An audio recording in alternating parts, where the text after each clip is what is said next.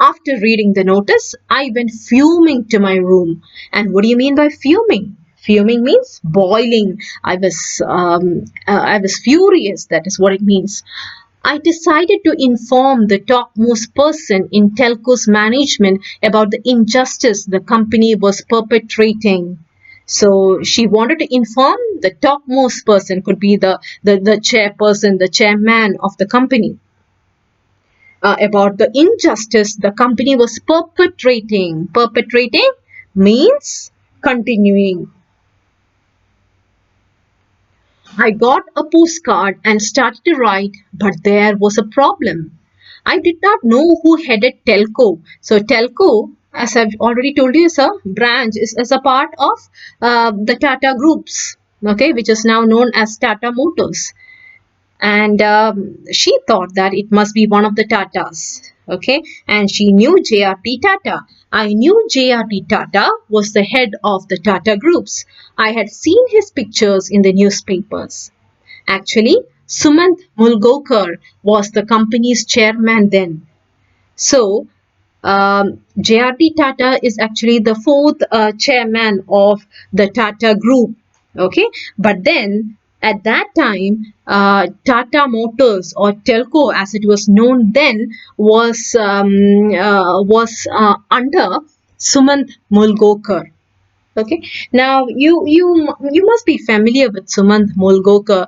You might have heard the name Tata Sumo, the SUV of Tata Motors. Okay, so it got the name Tata Sumo as a tribute to Sumant Molgokar, who is known as the architect of Tata Motors.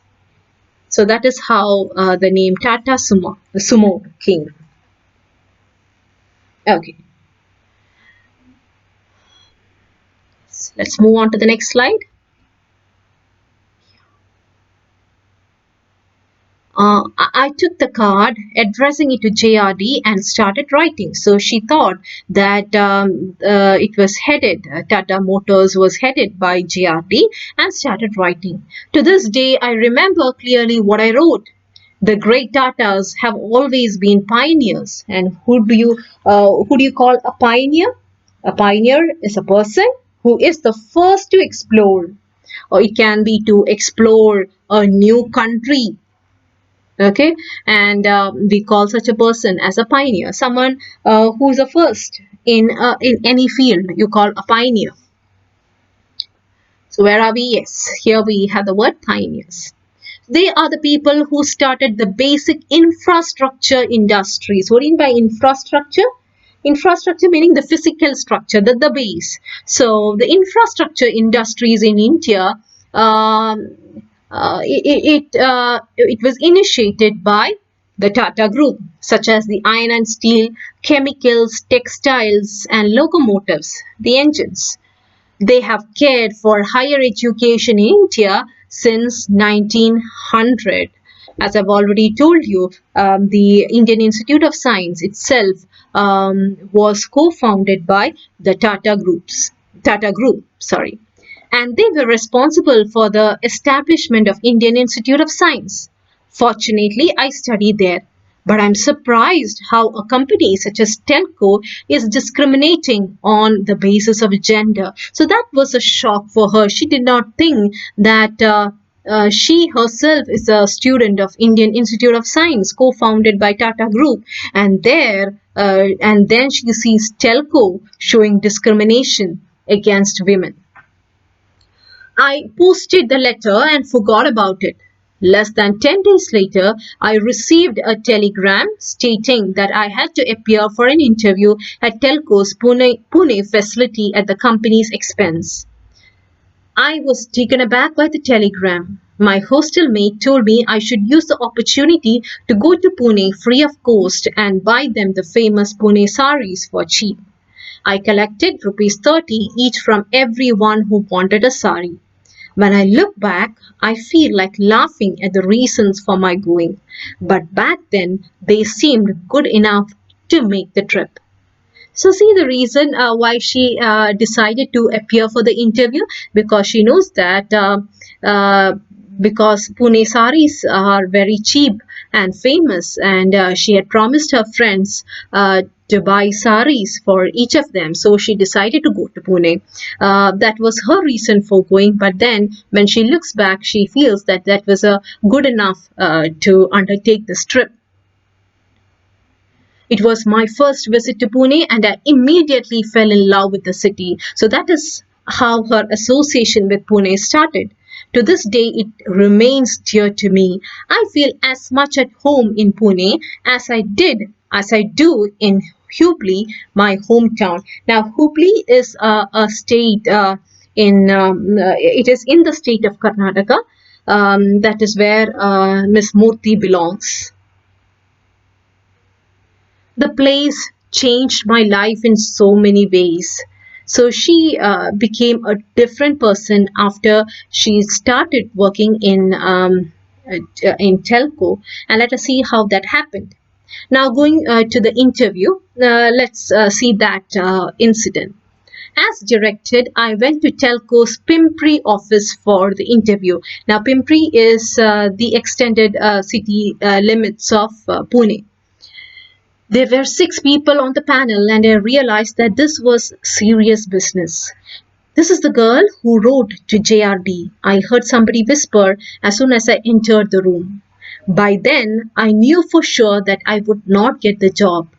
The realization abolished all fear from my mind.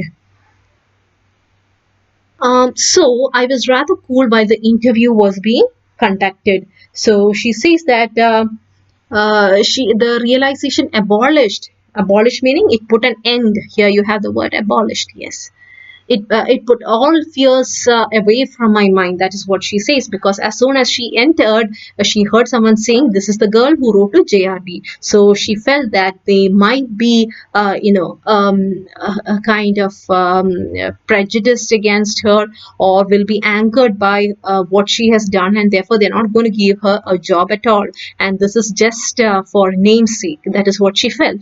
Even before the interview started, I reckoned the panel. I reckoned in the mean. It means I figured. That is what I felt. I thought. I reckoned the panel was biased. What do you mean by biased? To be prejudiced. So she felt that she's not going to get the job anyway.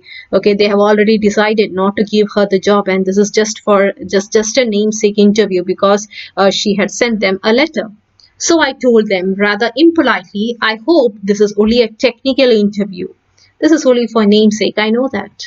Okay, that is what she said. They were taken aback, meaning they were surprised by my rudeness, and even today I'm ashamed about my attitude. So Sudha says that even today she is ashamed of what she has, or what she had told the panel, because what did she say? "I hope this is only a technical interview." She was very rude in her remarks. The panel asked me technical questions, and I answered all of them. Then an elderly gentleman with an affectionate voice told me, "Do you know why we said lady candidates need not apply? The reason is that we have never employed any ladies on the shop floor." Shop floor means the part of the factory where production work takes place. So that is what is known as a shop floor. This is not a co-ed college. This is a factory. When it comes to academics, you are the first ranker throughout. We appreciate that. But people like you should work in research laboratories. So this is the reason that the Tata Group has given for not employing women, because they were recruiting people to work in the shop floor, and till now, till date, they have not recruited any woman to work in the production part of the factory. So the panel had a feeling that women would be more comfortable in research laboratories. I was a young girl from small town Hubli. My world had been a limited place.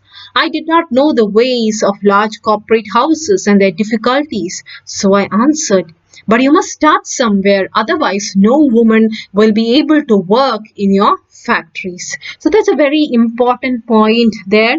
She says you should start employing women in shop floors, because otherwise women will not be able to work in your factories. So she became a trendsetter, because after this many women were employed in factories. Finally, after a long interview, I was told I had been successful. So this was what the future had in store for me. Never had I thought I would take up a job in Pune. I met a shy young man from Karnataka there. We became good friends and we got married. So she got married soon after she joined Telco. Okay. Yeah, the last two paragraphs, that's what we have to discuss now. It was only after joining Telco that I realized who JRD was. Now, what we are going to see in this paragraph is Murthy's first meeting with JRD. It is only after she joined Telco that she understood that JRD was indeed the uncrowned king of Indian industry. That is when she understood that he is the tycoon of Indian industry. Now I was scared, but I did not get to meet him till I was transferred to Bombay. So from Pune, she was transferred to Bombay. One day, I had to show some reports to Mr. Mulgokar, our chairman, as we all know him as SM. I was in his office on the first floor of Bombay House. See, Bombay House, it is a Tata headquarters in Bombay. It is known as Bombay House. When suddenly JRD walked in, that was the first time. Saw Appro JRD. Appro means R in Gujarati. This was the affectionate term by which people at Bombay House called him. So I think I've already explained to you in the introductory part of this chapter the meaning of Appro. Appro means R in Gujarati. As I told you, JRD comes from a Gujarati family. So people in Bombay House affectionately called him Appro. I was feeling very nervous remembering my postcard episode. So she thought that JRD will be angry with her because of having written a postcard like that to him. SM introduced me nicely. J, that is what his close associates call him. This young woman is an engineer, and that too a postgraduate. She is the first woman to work on the telco shop floor. So that is also important. She's the first woman to work on the telco shop floor. JRD looked at me. I was praying he would not ask me any questions about my interview or the postcard that that went before the interview. Thankfully, he didn't. Instead, he remarked, "It's nice that girls are getting into engineering in our country. By the way, what's your name?" When I joined Telco, I was Sudha Kulkarni, sir, replied. Now I am Sudha Murthy. So that is what she says. Now I am Sudha Murthy.